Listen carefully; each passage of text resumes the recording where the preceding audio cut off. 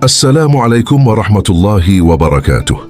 Di zaman ketika hampir semua hal bisa ditampilkan, ada satu hal yang justru semakin hilang, yaitu kesunyian yang menjaga makna. Rumah tangga yang seharusnya menjadi ruang teduh, perlahan berubah menjadi sesuatu yang mudah terlihat oleh banyak mata. Kebahagiaan ditampilkan, kedekatan dipertontonkan, bahkan hal-hal yang dulu dianggap sakral kini terasa biasa karena terlalu sering dibagikan. Dunia bergerak cepat dan manusia ikut terbawa dalam arus yang menganggap bahwa apa yang tidak terlihat seakan tidak ada nilainya. Padahal dalam perjalanan batin, tidak semua yang indah perlu disaksikan orang lain. Ada kehangatan yang hanya tumbuh ketika tidak disentuh oleh sorotan. Ada cinta yang justru semakin kuat ketika tidak dipaksa untuk terlihat sempurna. Dalam tasawuf, yang dijaga dalam diam seringkali memiliki kedalaman yang tidak bisa dijelaskan dengan kata-kata. Bukan karena ingin menyembunyikan, tetapi karena menyadari bahwa tidak semua mata mampu melihat dengan hati yang bersih. Seperti sebuah pengingat yang selaras dengan jalan para sufi, bahwa apa yang dijaga memiliki nilainya sendiri. Apa yang dijaga dalam diam akan dijaga oleh Allah, dan apa yang diumbar kepada manusia akan diuji oleh manusia. Dari sini, perlahan tersadarkan bahwa tidak semua hal perlu keluar menjadi cerita. Ada yang cukup menjadi rasa, cukup menjadi syukur, cukup menjadi hubungan yang tenang tanpa perlu banyak saksi. Rumah tangga bukan sekadar hubungan antara dua manusia, tetapi juga ruang di mana Allah menjadi saksi atas setiap rasa yang tumbuh di dalamnya. Setiap tawa, setiap luka, setiap perjuangan, semuanya memiliki nilai yang tidak selalu harus dibagikan. Ketika sesuatu terlalu sering diumbar, ada kemungkinan maknanya perlahan memudar.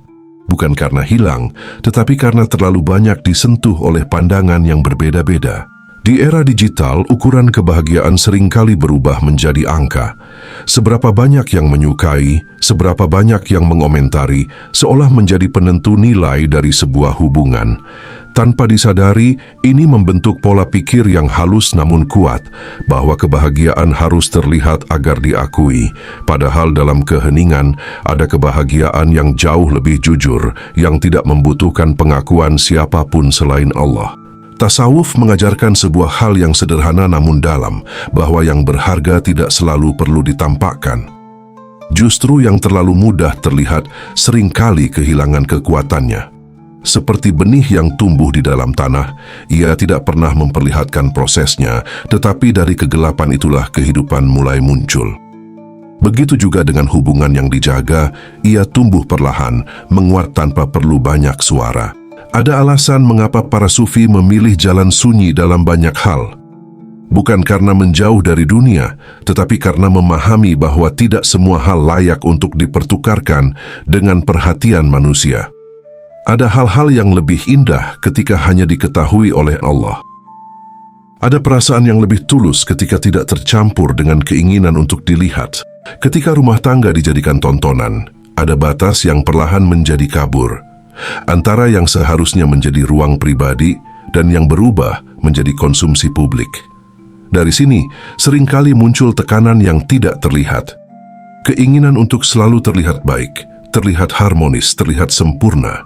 Padahal kehidupan sejatinya tidak selalu seperti itu. Ada hari-hari yang berat, ada percakapan yang tidak mudah, ada proses yang tidak selalu indah untuk dilihat. Dalam diam ada perlindungan. Dalam kesederhanaan ada ketenangan. Ketika sesuatu dijaga, ia tidak mudah disentuh oleh hal-hal yang bisa merusaknya. Bukan berarti harus menutup diri sepenuhnya, tetapi ada kebijaksanaan dalam memilih apa yang layak untuk dibagikan dan apa yang cukup disimpan sebagai rahasia antara hati dan Allah. Lalu muncul sebuah pertanyaan yang layak direnungkan. Apakah kebahagiaan benar-benar membutuhkan saksi atau cukup dirasakan dengan penuh kesadaran? Apakah cinta perlu dibuktikan kepada dunia atau cukup dijaga dengan penuh tanggung jawab?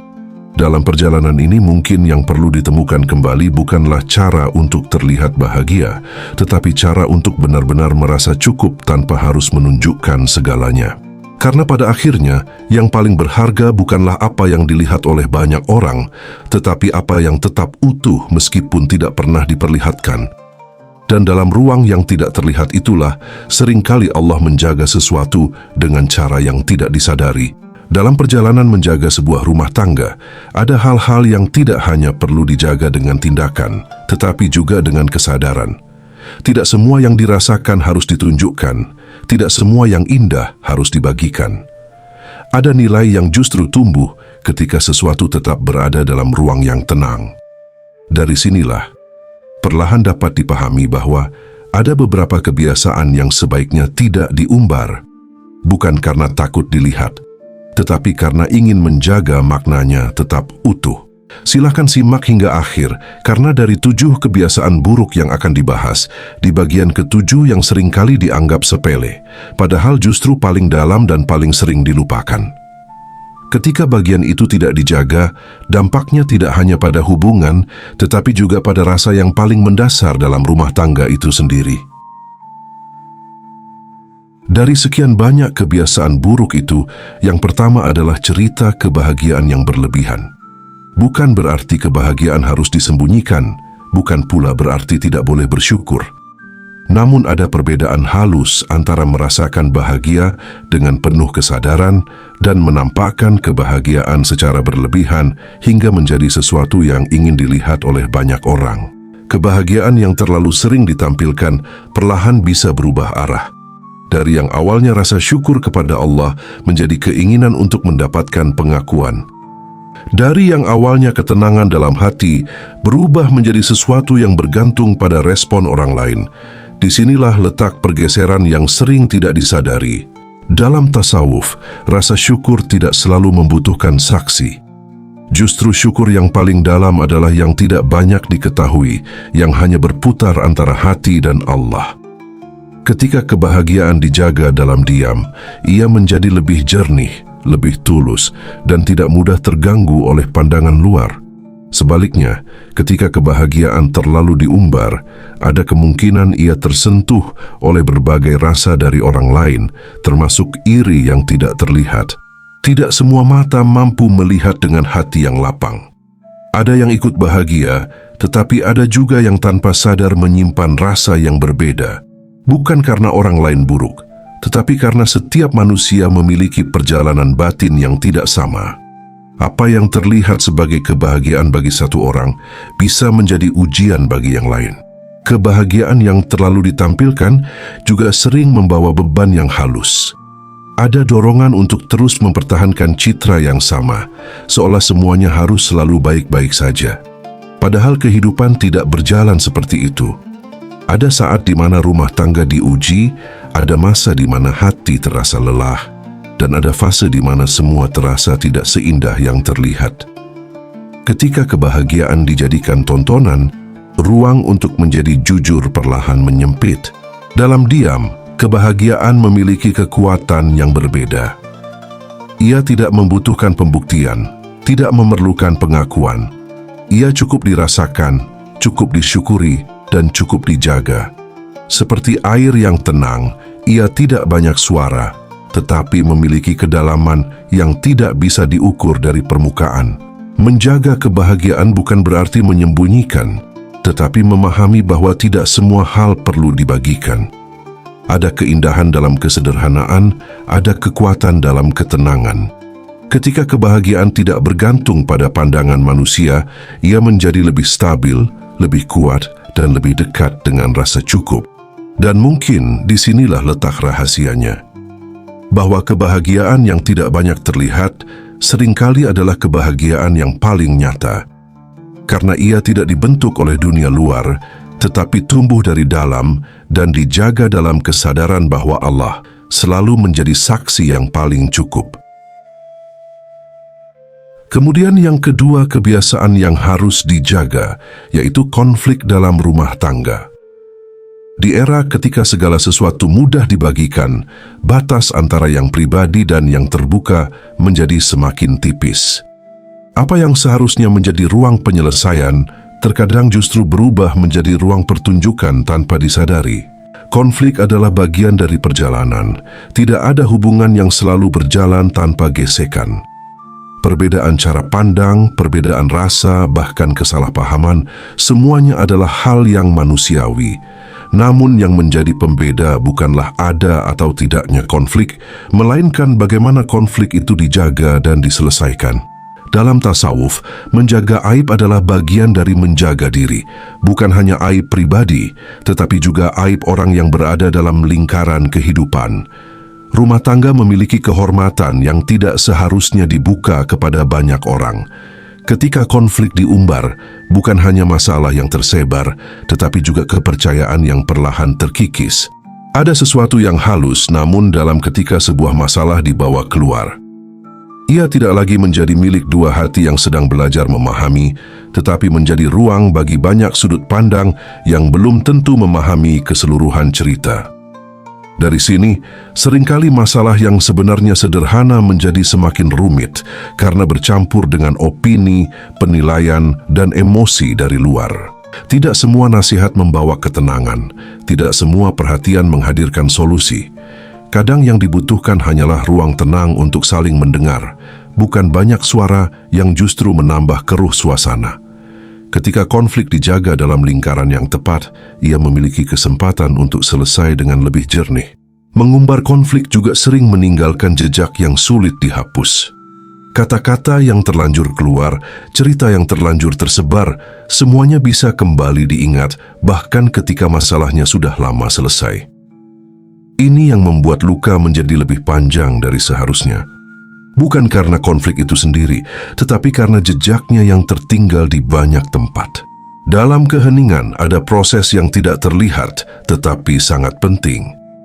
Ada upaya untuk menahan diri, ada ruang untuk merenung, ada kesempatan untuk melihat kesalahan tanpa harus merasa disudutkan oleh banyak pandangan. Disinilah konflik bisa berubah menjadi pembelajaran, bukan sekadar pertengkaran yang berulang. Menjaga konflik bukan berarti memendam tanpa arah, tetapi memahami bahwa tidak semua hal perlu diketahui oleh semua orang. Ada kebijaksanaan dalam memilih tempat bercerita. Ada kedewasaan dalam menahan apa yang tidak perlu dibagikan. Ketika konflik dijaga dengan cara yang tepat, ia tidak merusak, justru memperkuat. Dan pada akhirnya yang perlu diingat adalah bahwa rumah tangga bukan tempat untuk mencari siapa yang benar di hadapan manusia, tetapi tempat untuk belajar menjadi lebih baik di hadapan Allah. Ketika konflik tidak diumbar, bukan berarti masalah diabaikan, tetapi karena ada keinginan untuk menyelesaikannya dengan lebih tenang, lebih dalam, dan lebih bermakna. Kemudian kebiasaan yang ketiga, ada sesuatu yang sering dianggap wajar untuk dibagikan, padahal memiliki pengaruh yang sangat halus dalam kehidupan, yaitu rezeki dan keuangan dalam rumah tangga. Di zaman sekarang, angka dan pencapaian seringkali menjadi bagian dari cerita yang ingin ditunjukkan. Penghasilan, gaya hidup, kemudahan yang dimiliki, semuanya seolah menjadi ukuran keberhasilan yang layak untuk diperlihatkan.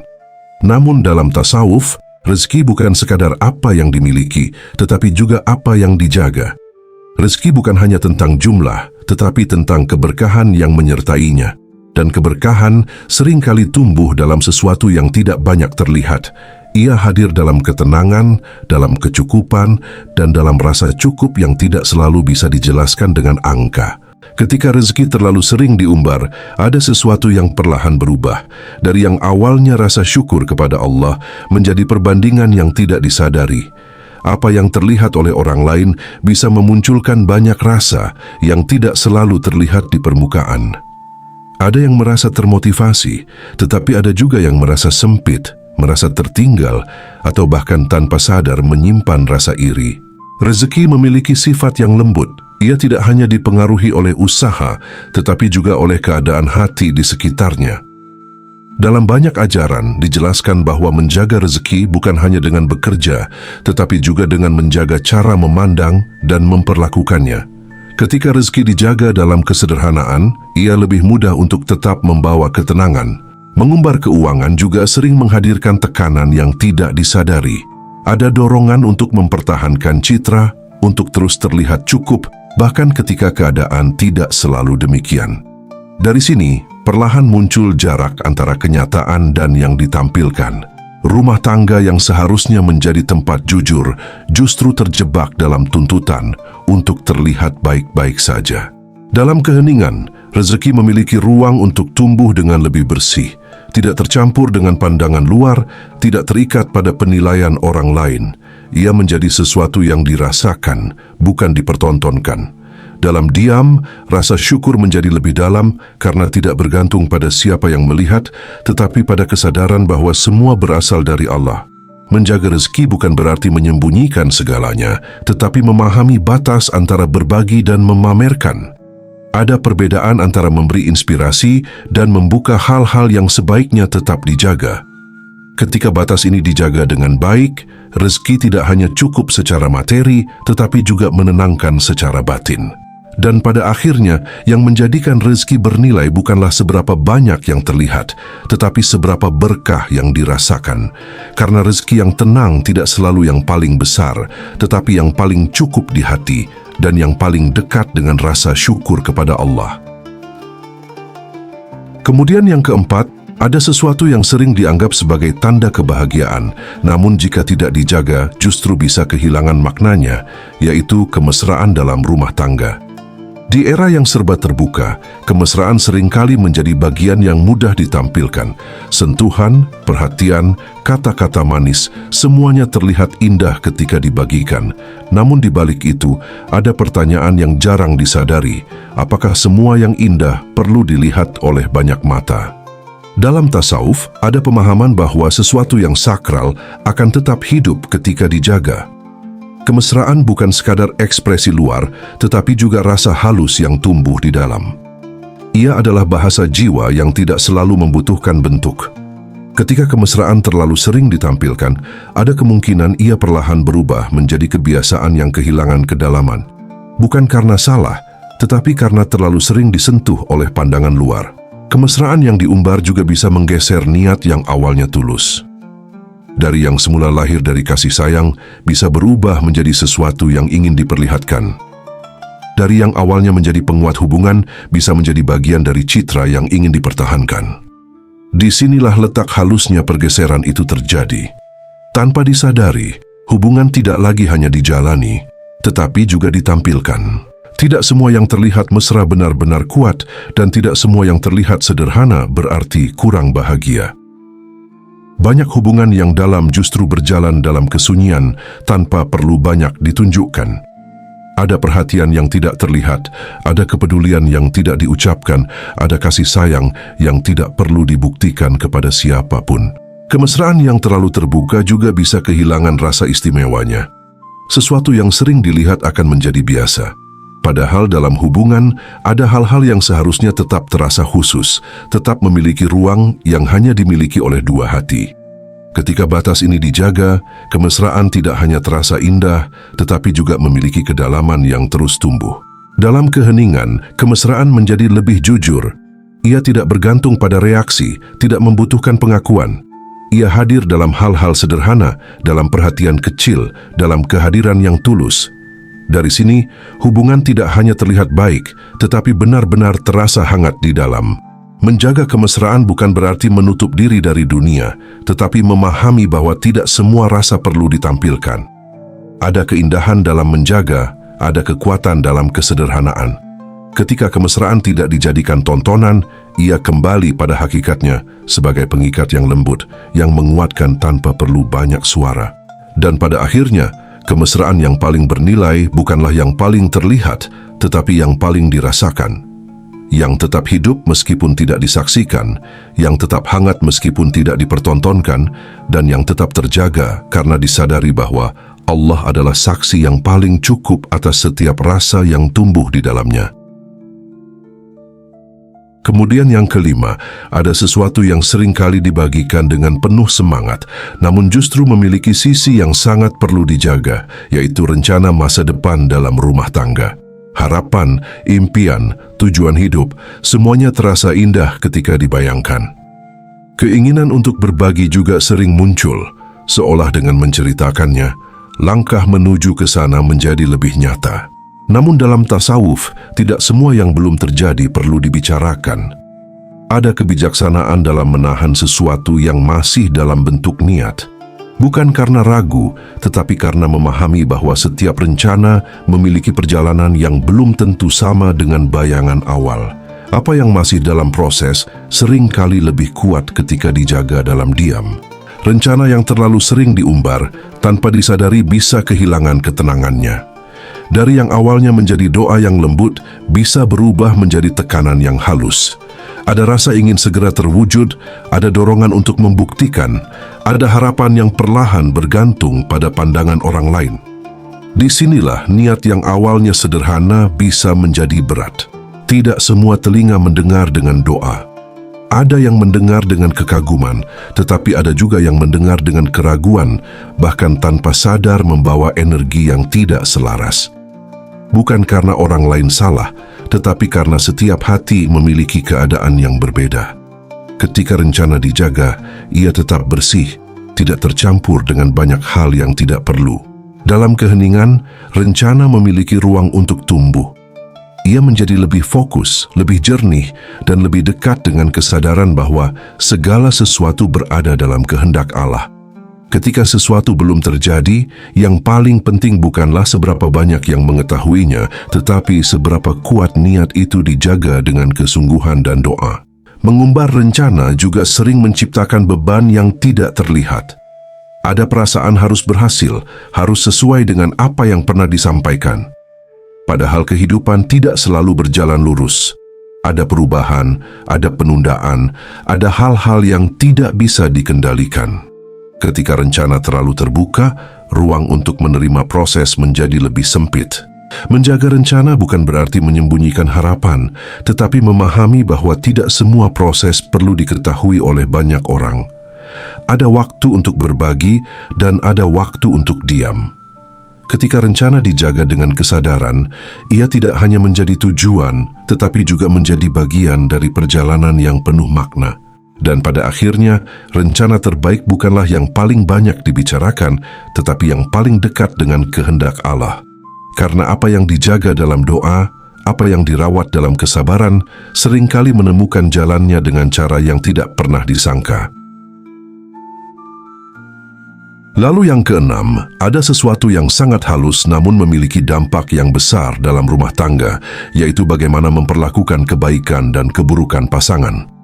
Di era yang terbuka, tidak jarang kebaikan pasangan dijadikan cerita untuk dibagikan, dan di sisi lain, keburukan atau kekurangannya tanpa sadar ikut terselip dalam percakapan atau bahkan menjadi bahan keluhan yang didengar banyak orang. Dalam tasawuf, menjaga kehormatan orang lain adalah bagian dari menjaga diri sendiri. Pasangan bukan hanya seseorang yang hidup bersama, tetapi juga amanah yang Allah titipkan. Kebaikannya bukan untuk dipamerkan, dan kekurangannya bukan untuk disebarkan.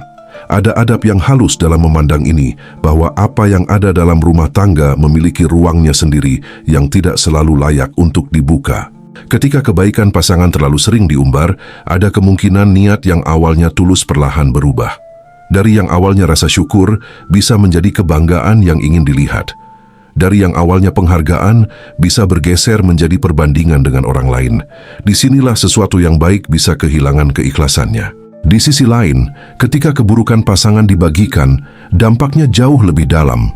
Bukan hanya tentang cerita yang keluar, tetapi tentang rasa aman yang perlahan hilang.